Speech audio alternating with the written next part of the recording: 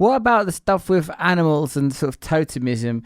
Like we've talked a lot about like hares and like see, what you sort of looking for and reading meaning from sort of say trees or plants or animals. How is that system determined? We've just finished a weekend actually on our second year training called Omens. Yeah. Oh yeah, go on. What happens in that? Ooh, many things. Well, in that we teach people how to connect into messages from nature, and there are whole ways of doing so to do with what a bird or an animal means, which direction it comes from having a certain meaning. So it's applying a map where people can understand it. But also with animals, we work with what are called power animals or spirit animals or animal fetches, where literally every person have these animals, and they basically, on the one hand, you could say they're like guardian spirits in an animal form, but on the other hand, they are like an essence of the soul in animal form. Like my name, Kestrel, obviously I've got a connection to kestrels, okay? Kestrel, Fulco tununculus, a falcon bird you can see hovering, okay? And basically those animals and birds, they are physical things, but they're spirit forces that are manifesting in that physical form. So for me with Kestrel, the Kestrel hovers to see the whole picture. So when I'm doing one of those high perception readings, I'm seeing the whole picture of that person. And then the Kestrel comes down on that vole or mouse, whatever it catches, okay? That's me, I hone in on certain things. When I'm doing healing, it's where I'm working on the whole, the person coming in to get blocks out, etc. When we're teaching, it's looking at the whole group. And then it's like linking that energy. And so in a way, I'm using that particular energy.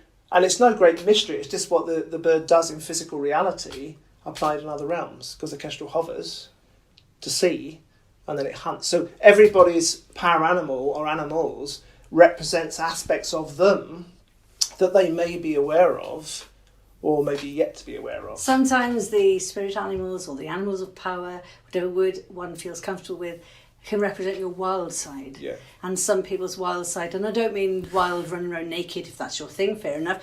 I mean wild as in the inner one, the one who can be in the wilderness, because that's where the wild comes from, or the one that can let go of the ego and transcend it. So the animals of spirit or the power animals can help us to reconnect with those parts of ourselves. Everybody's had synchronicities, signs from nature with animals, whether it be they saw a tiger in the zoo and they were little and something really, time stood still and they connected to it, as it did for me, and then the tiger came home and sat on my bed, not physically, but it was there for 3 days. And luckily enough, my parents said, yes, it's okay, he won't hurt you. So they humoured me, but it really helped me to know that there was a skill beyond. So everybody has these animals of power that you relate to, whether it's a cat, a dog, but it's usually something very wild, like a raven or a hare or something along those lines that we need to recapture. They're messages from the weird, which is what we all have, the web of weird, that send us signals to say, hang on, maybe you need to look at this in yourself, or maybe you need to slow down, or maybe you need to speed up and get on the case and do more. Or it's a warning, possibly. Or it's a warning, yeah. So that's what power animals are, in a simplistic way of speaking about them. The idea of the weird is weird spelled with a Y, is there's an invisible interconnected web of sort of energy connecting all of us, which sort of has corollaries in I don't know, a lot of people think that all matter comes from a kind of unified field and that there is interconnectivity between all things. I'm interested in the way, like, given you said that course was called Omens and stuff, about how you read. Like, say, I figure that if sort of you came downstairs, or don't know where your bedroom is, and that's frankly your private business. Or if you came downstairs and there was if you came downstairs and there was a crow in your house, I feel like you'd really take that to heart. Or if there was a fox, you'd think, right, there's a fox in the house. Like, well, so what, and how? Well, so say something like that happens, because I got to tell you, even though, like, look, I like to, because I suppose in my head, I'm sort of continually prepared for an argument, and it's a good job I am, because I'm always in them. but so if I so for me, I'm like, but I am very open to, like, if I see an animal, I respond to it. I think, oh right, I see hair relatively frequently, somewhat because of where I live, but birds coming into our house somewhat injured and involuntarily because of our cats often, like, so. But I'm very aware of anything that happens with nature, like Carl Jung said, anything that happens in my life that I did not plan for, this I see as the language of God, and like, so I always look out for it. But how do you sort of interpret specifically, and also how do you stop yourself going superstitious and mad? Okay, because everything's a sign. The art of reading omens is to know when it is an omen and when it isn't. When it is literally a crow warning you of something that you have to release, or it's just a crow doing its crow thing. Whether it is a kestrel that's giving me a message of something that I need to be aware of, or whether it's just a kestrel that's doing its kestrel thing, there is an art to sort of working with that. Some of the time it's what's going on in the person's head at that time. You could be really pondering something, and then you get one of these signs that take place. Okay, it could be that a person is very, very stuck on their path, and that crow is knocking on that window saying, like, you need to wake up. It's not really going to say you need to wake up, but you need to read it as it is saying it's going to wake up. So, and in a way that it's sort of, the more, I guess, intention you put into it and understanding that web and how it works, the more you can work with it. But, you live in Glastonbury, a great place, but there are some people that literally go around that everything is a sign or an omen. What should I have for tea? Oh, there's a bird. I love that. It's like, what should I have for tea? What should I get from Morrison's today? It's like, but in a way, in a serious way, it's like really, really connects it. In a way, omens and signs are slightly different. Signs happen more frequently. Omens are a bit more, signs you have a personal choice of making. Omens are almost like showing you something that is really going to happen. And there's a skill, and that's what we teach, is a skill of how to look. It takes a long time, and how to differentiate between what is a sign and what is just an everyday occurrence. Yeah. Normally, it slows down. Yeah. The animal may look you in the face a little bit more. Yeah. It might be relevant to exactly what you were thinking before. Yeah. You might have even asked. Most people these days say, God, I need a bloody sign. I could do with something to show me what to do next or whatever.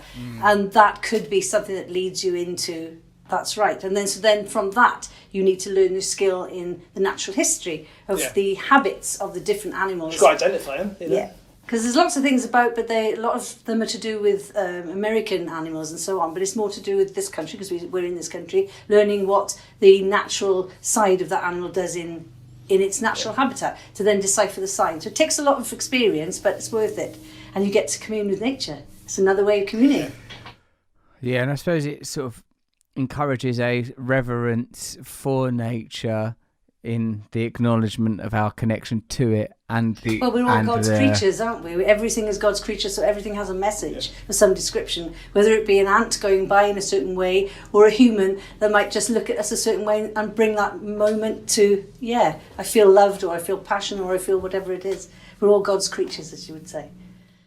When you were talking before about like connecting with like your inner wildness, it made me feel like that all of us have got cultivated personas that have been drawn out by life experience, by memory, by trauma, by the various paths we've taken, and by the type of cultural programming that we've received. But beyond that, behind that, there is an awareness, a kind of an innate, untouched character, maybe not even character, but a kind of an awareness that's still there, something that is beyond the construction. And I feel that the same way as we're, like you said earlier, Jay, just driving along in a car, not really aware that you're on Earth in limitless space, and that our life is lived to scale. There's the world of the sub-particular, where all the rules of physics fall apart. There's the vastness of the cosmos. There's the various perspectives available to animals with different sensory experiences to us, and we forget the sort of complexity of reality while living in a sort of a very sort of streamlined narrative that relates more to the ego than any kind of higher self-perception. It seems that it's be important to develop a dialogue with nature. I had this swan come to the garden. It was a bloody great big thing, and it felt like such sacredness to have this swan interact with us and stuff. It was really big, but swans are pretty hardcore, aren't they? In the end, it got a bit too close, and I'm afraid I had to get quite martial with it.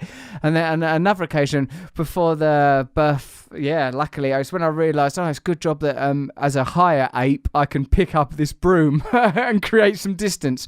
My children were with me. Also, before my first child was born, I dreamt, I think I told you guys this because around the time we was talking a lot, I dreamt about a peacock and woke up and there was a peahen in our garden. That ain't like a normal thing to happen. Like, I was like, I dreamt about this. I mean, I suppose ultra rational folk would go, now you must have heard some noise as you were drifting in and out, but it's not just such an unusual thing. I've never seen one before or since. It felt like a kind of message. And the moment when my wife told me, well, didn't tell me because we were in the room together, when she did a test to confirm that her pregnancy, I went to meditate and I saw a kingfisher dive, and I saw it. I'd never seen this before or since. I saw a kingfisher dive, get a fish, perch on a branch, and then just sort of flew off, and it really sort of, for me, mirrored the kind of idea of how particular it is for there to be a pregnancy and stuff. It's the symbolism, it's the connection, as you said, the simplistic connection to what we have. We forget, we get it all mental, we get all connected to theories and physics, which is amazing and mind-blowing, but we do need to be more basic, more simple, more wild at heart, more free. That's what people are yearning for. I don't know whether statistics are going to really free people up. I think that being in connection with the oneness, in being in connection with what is true and what is really happening, will aid people to be stronger, to be more harmonious, to have a greater sense of community, because that's what people really want. As you said, that's a yearning that they really have inside.